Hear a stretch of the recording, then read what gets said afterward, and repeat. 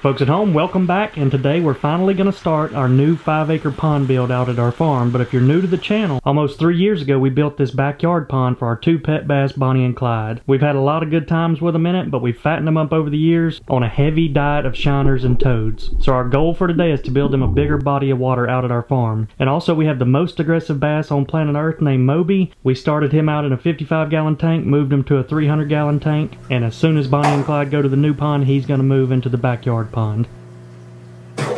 So now let's head out to the peanut farm, and over the past several months we've been doing the engineering and watershed studies and core drilling and everything to get set up and ready to start building. But first we got to take care of one problem. When we bought the place, it had a beautiful 150-year-old oak tree, and unfortunately Hurricane Sally knocked it over this past fall. And it's actually laying in the pond location, so we hired a tree company to come out and help us remove it. And we really hated to see this tree fall down, but our plan is to use every single bit of it. So we're going to start out cutting the tops out of all the tree limbs, setting them aside, and then after we build the pond, we're going to move all of them back in and use those as fish structure. And this tree had some really big limbs, so we're going to cut all of the long straight sections out of it and send those off to a wood mill and cut 1-inch boards out of it, because after we complete the pond build, we're going to build a camp house here, and we can use those 1-inch boards for hardwood flooring and panel boards and things like that.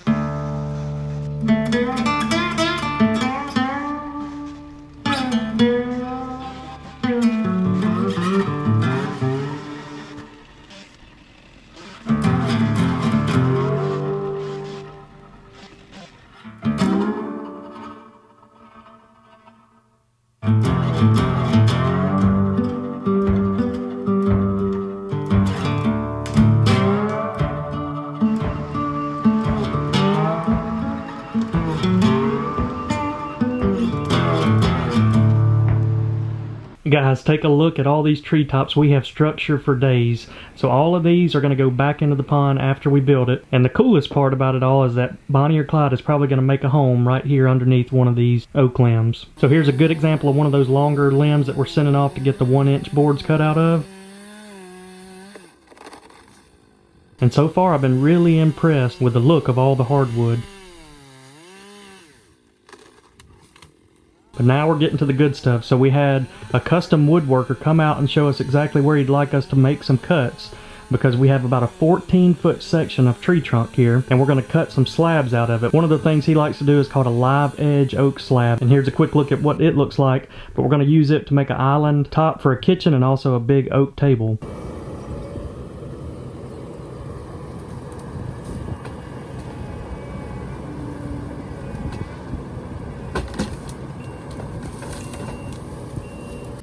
Pretty wood in there.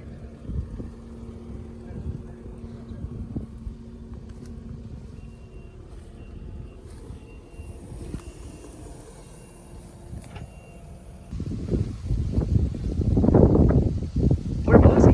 Right there on the tree? No, he was in the dirt. But now here's where the trouble started. So when the tree fell over, about half of the tree trunk is buried in the ground, so we had to bring a backhoe in just to scoop out all the dirt from around it so they could get the saw through.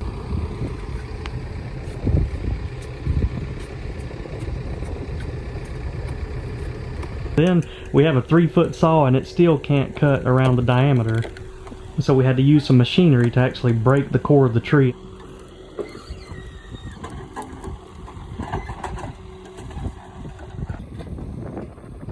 Took all day, but we finally got it.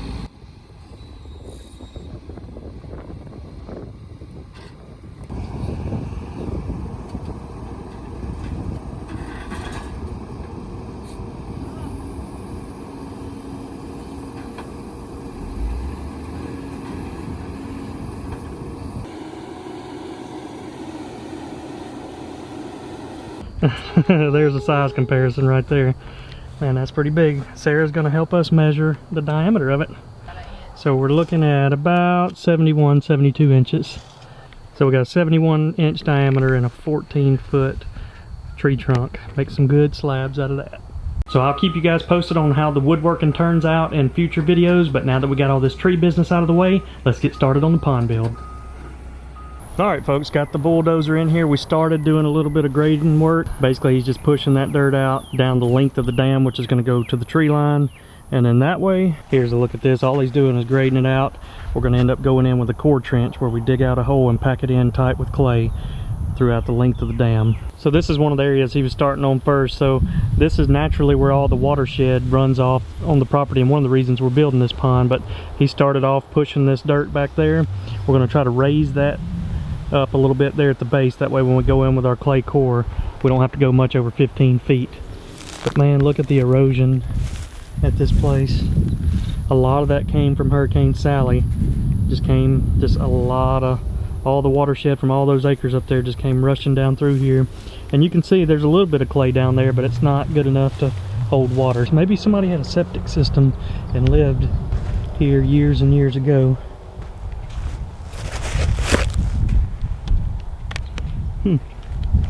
No telling what we're gonna find.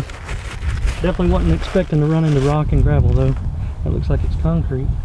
So the one thing I've been really impressed with is how much dirt this heavy equipment can move, and move really fast. So it probably only took him about 15 minutes to level out that eroded spot that I just showed you. And you can see right there, he just hit a little clay blanket. And for those of you that may be interested in building a pond in the future, one of the first things you need to do before you ever build the pond is do a core drilling sample, and we did that several months back. And we basically drilled down about 15 to 20 feet to see what types of soil are beneath the ground surface. And obviously with ponds you want a good clay material that'll hold water. And unfortunately we had some clay on the property, but it just wasn't enough, and it was a little bit of a sandy clay. So we're going to have to haul clay in for this entire project, and a geotech will analyze these soil samples and tell you what type of dirt or material you have and if it'll hold water. So the next job was getting the oak tree stump and all the roots out of the ground. And let's just say when something's been there for over 150 years, it doesn't want to budge.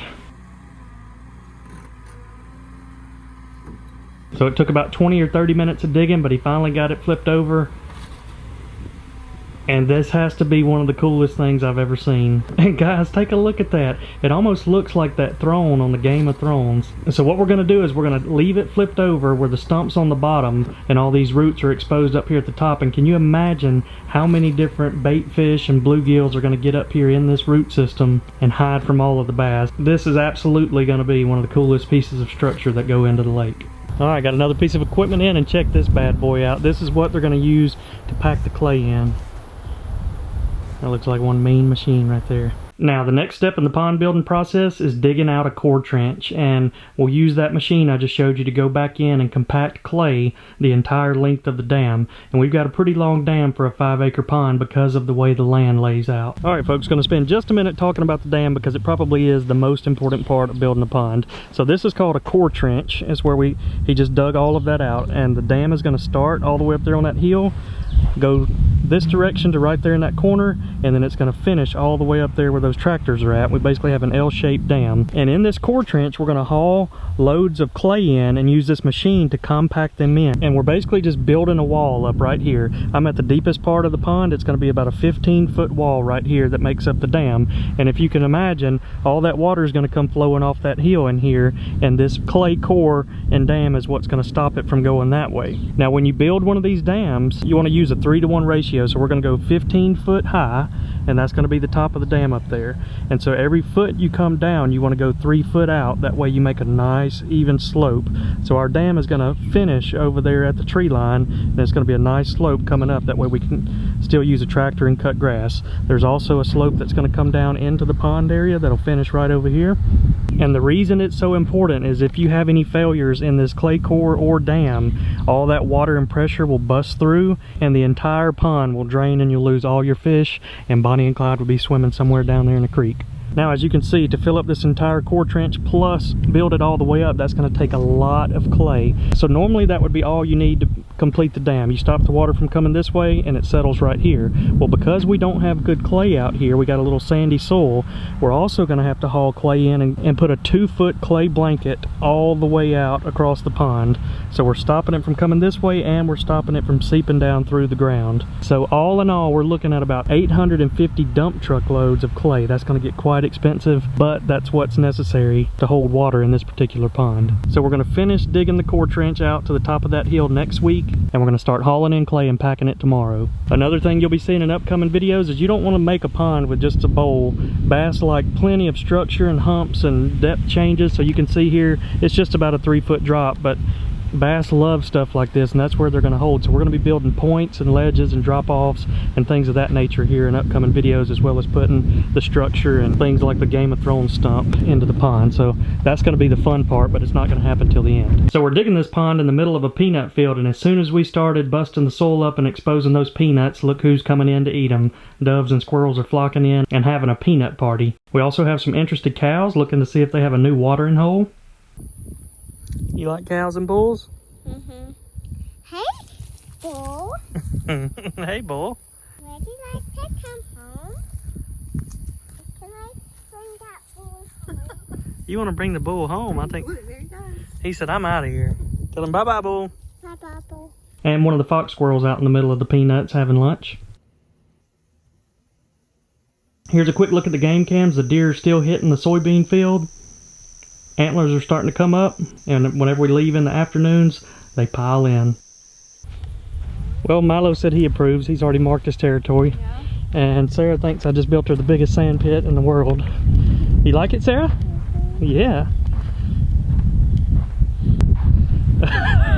Go ahead and jump, Milo.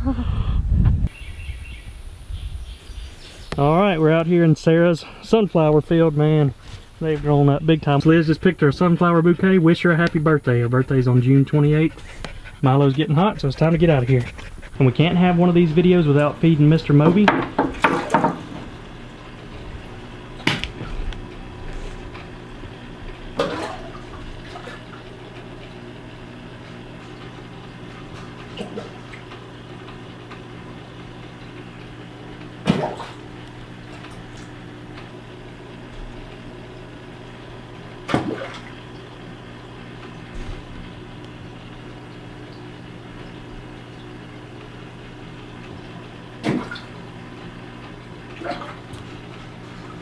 And once we get the pond built and stocked, we're going to bring some of our subscribers in to fish with us.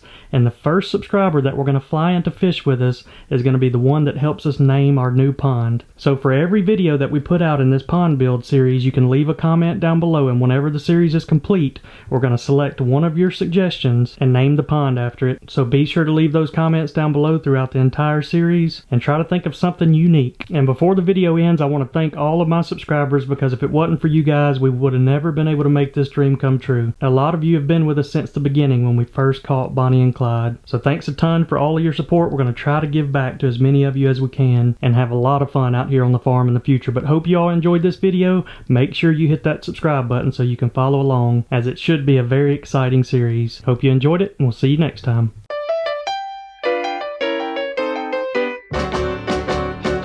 Bonnie and Clyde were pretty looking people, but I can tell you people, they were the devil's children.